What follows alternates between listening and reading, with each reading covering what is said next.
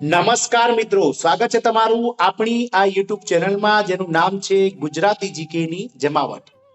મિત્રો, આજના વિડીયોમાં આપણે વાત કરીશું ગુજરાત રાજ્ય પ્રાથમિક શિક્ષણ વિભાગ અંતર્ગત જેટલી ગુજરાત રાજ્યમાં પ્રાથમિક શાળાઓ આવેલી છે, આ પ્રાથમિક શાળાઓમાં હાલમાં ખાલી પડેલી વિદ્યા સહાયકોની શિક્ષકોની ભરતી અંગે સરકાર દ્વારા જે છે તે મોટો નિર્ણય લેવામાં આવ્યો છે. અને મિત્રો જાણો, ક્યાર સુધીમાં જે છે તે પ્રાથમિક વિભાગમાં વિવિધ જે વિદ્યા સહાયક શિક્ષકોની છે તે ભરતી સરકાર દ્વારા તેના માટેની જે છે તે મિત્રો કવાયત હાથ ધરવામાં આવશે.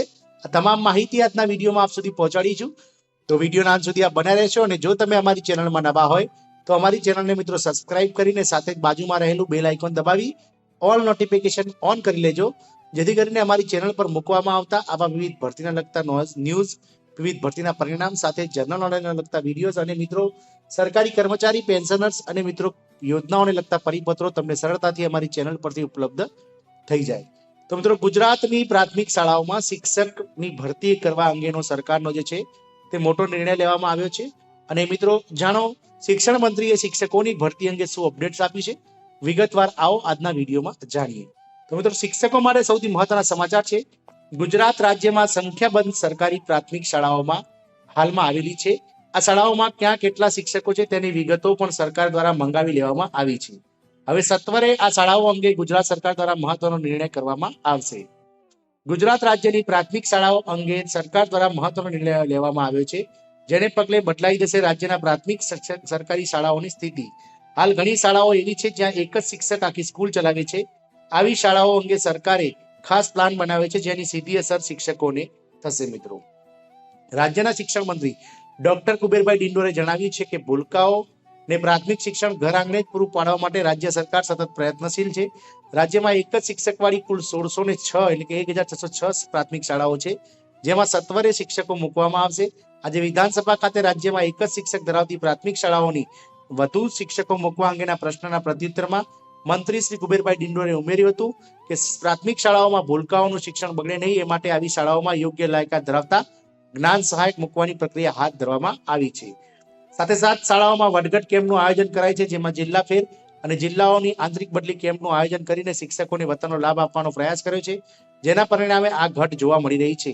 તેમણે ઉમેર્યું હતું કે રાજ્યની પ્રાથમિક શાળાઓમાં શિક્ષકોની ફાળવણી આરટીઈ એક્ટ હેઠળ કરવામાં આવે છે, જેમાં 30 વિદ્યાર્થી દીઠ એક શિક્ષક ફાળવણી કરવામાં આવે છે.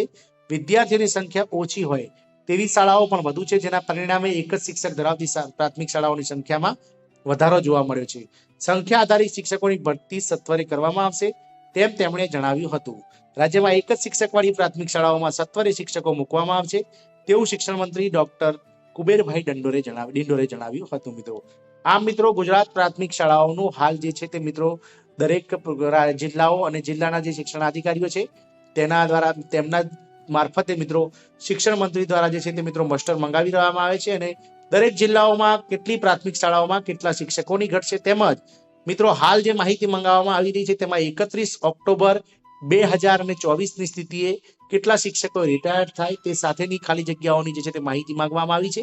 એટલે કે આ તમામ જે ભરતી છે તે મિત્રો ક્યાંક ને ક્યાંક ચોક્કસથી સરકાર જે હમણાં જ 2750 વિદ્યા સહાયકોની જે પ્રાથમિક વિભાગમાં જાહેરાત કરી છે તેમાં મિત્રો વધારો કરી અને એ જાહેરાત બહાર પાડી શકે છે. કારણ કે હાલ પ્રાથમિક વિભાગમાં મિત્રો જે જ્ઞાન સહાયકો જે છે તેમને ફાળવી દેવામાં આવે છે, અને જ્ઞાન સહાયકોનો જે કાર્યકાળ છે તે મિત્રો 30 એપ્રિલ 2024ના રોજ સમાપ્ત થાય છે.